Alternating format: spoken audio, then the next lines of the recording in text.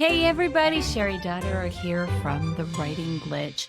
It is so great to be back for this season 3 of The Writing Glitch, and there's big changes coming here to the podcast. That's why I'm doing this solo episode so that you can hear about what's going to happen this coming year and some of the things that you can look for here at the podcast.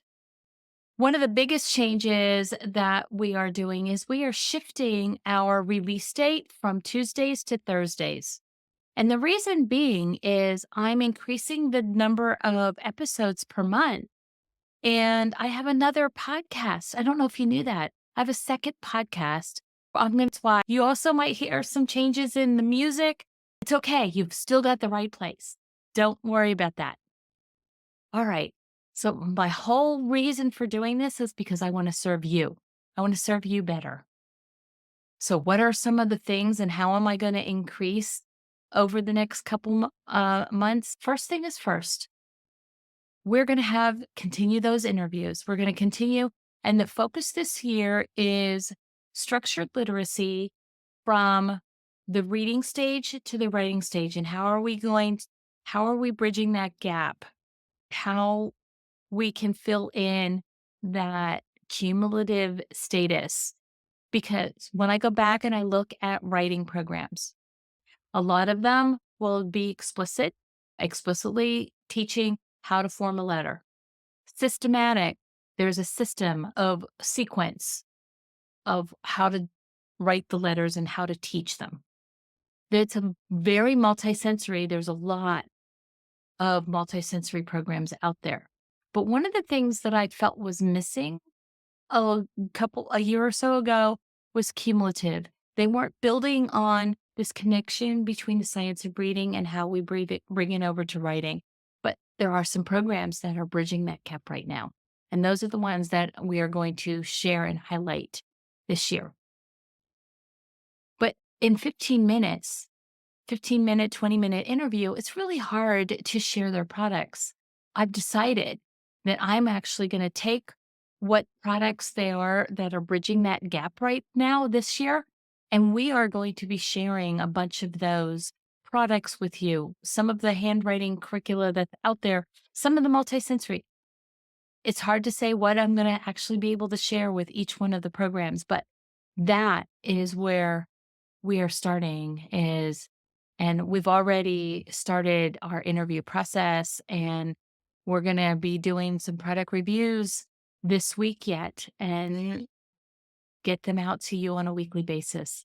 Another thing that you're going to have intermingled within the interviews and the product reviews are some masterclasses.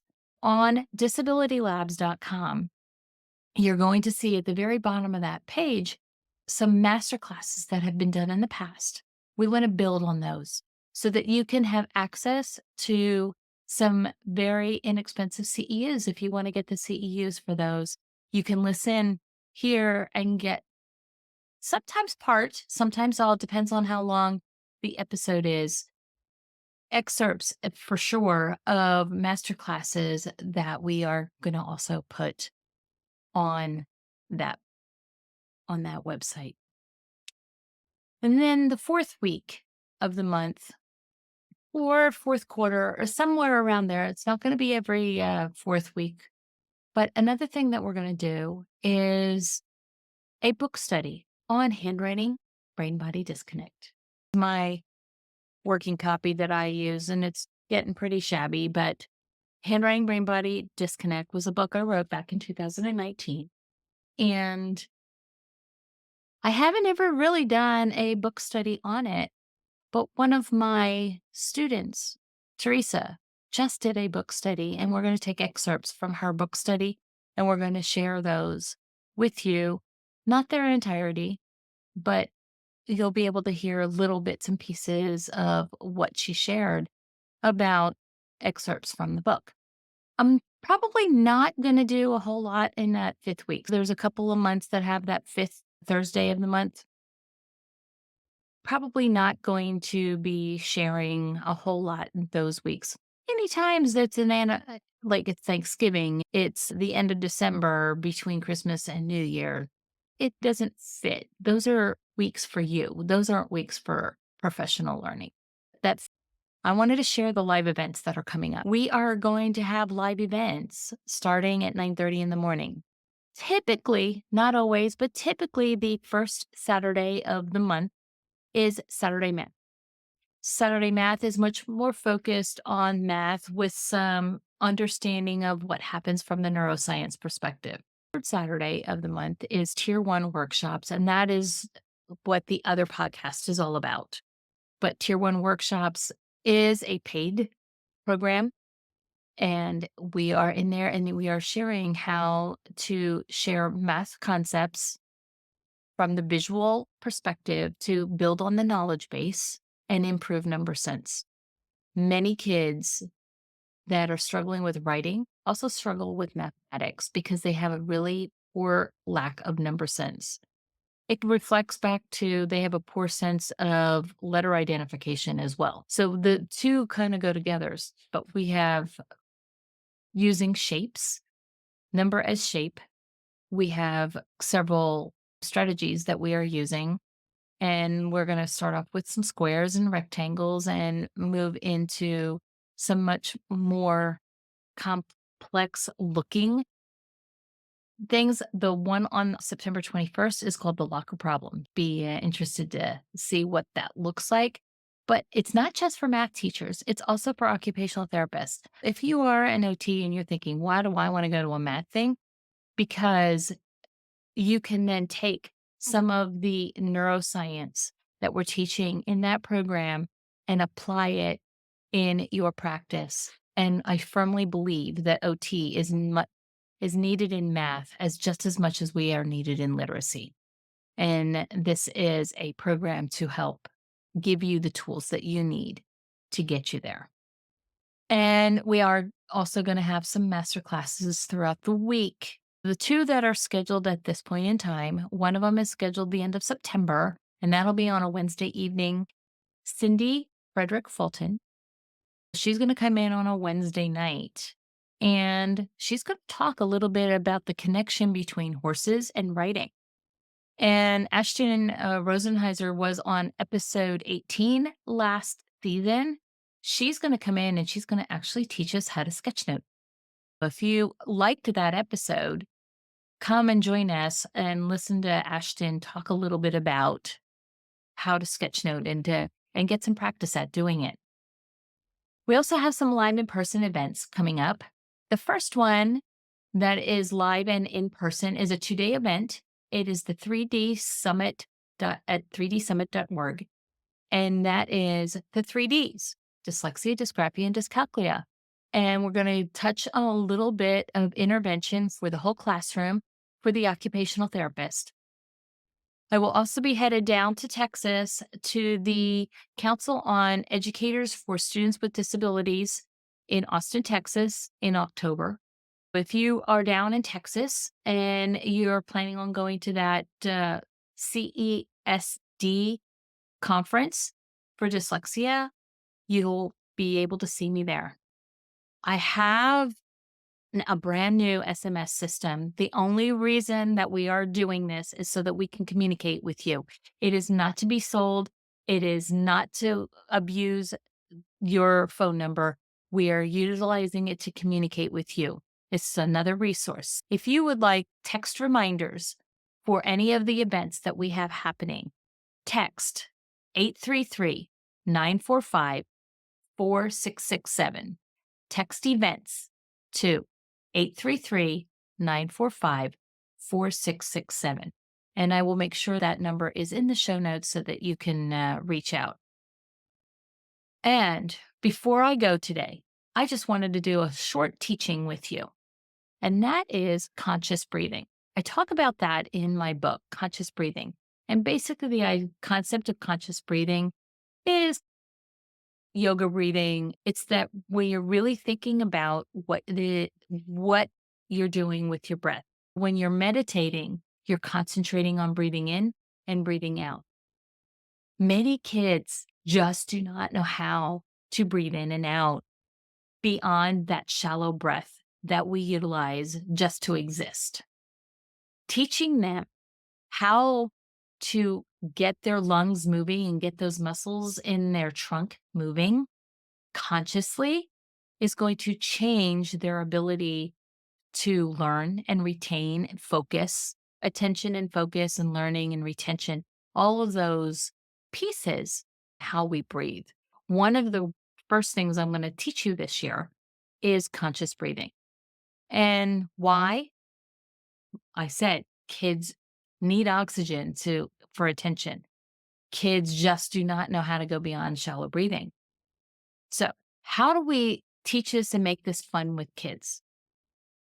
I'm going to share with you 5 different ways, but what I'd like you to do is I'd like you to use that text that I just gave you and share a different way, or send me an email at cheri@cheridotterer.com. Let me know ways that you are utilizing conscious breathing. Okay? Let's talk about it. First one is, I must confess, I stole some of these ideas from my one student. Her name is Teresa, who is going to be doing the book study. This is one of the strategies that she does with one of the groups of kids that she sees. She talks about conscious breathing. It explains a little bit about what to do, and then she utilizes fingers to help the kids focus on when they breathe in and they breathe out. We breathe in as we go up. We breathe out as we go down. In, out, in, out, in, out, in, out, in, out. So you've just breathed in 1, 2, 3, 4, 5 times. And if you're breathing in with your mouth closed, you're going to get a better breath, a better exchange of oxygen than if you have your mouth open. Teaching these kids to close their mouth while they're bringing their finger up their finger as they go around the top and they go back down the other side, they can breathe out. Then they can breathe in again and then breathe out. You're just taking your one hand, putting it out with your hand open. And then with your other index finger, you're just tracing your hand and you're breathing in and out at the same time. Or with each one of the movements. Sorry, not at the same time. You can't breathe in and out at the same time. That was silly. All right. Another way that you can share is the rainbow.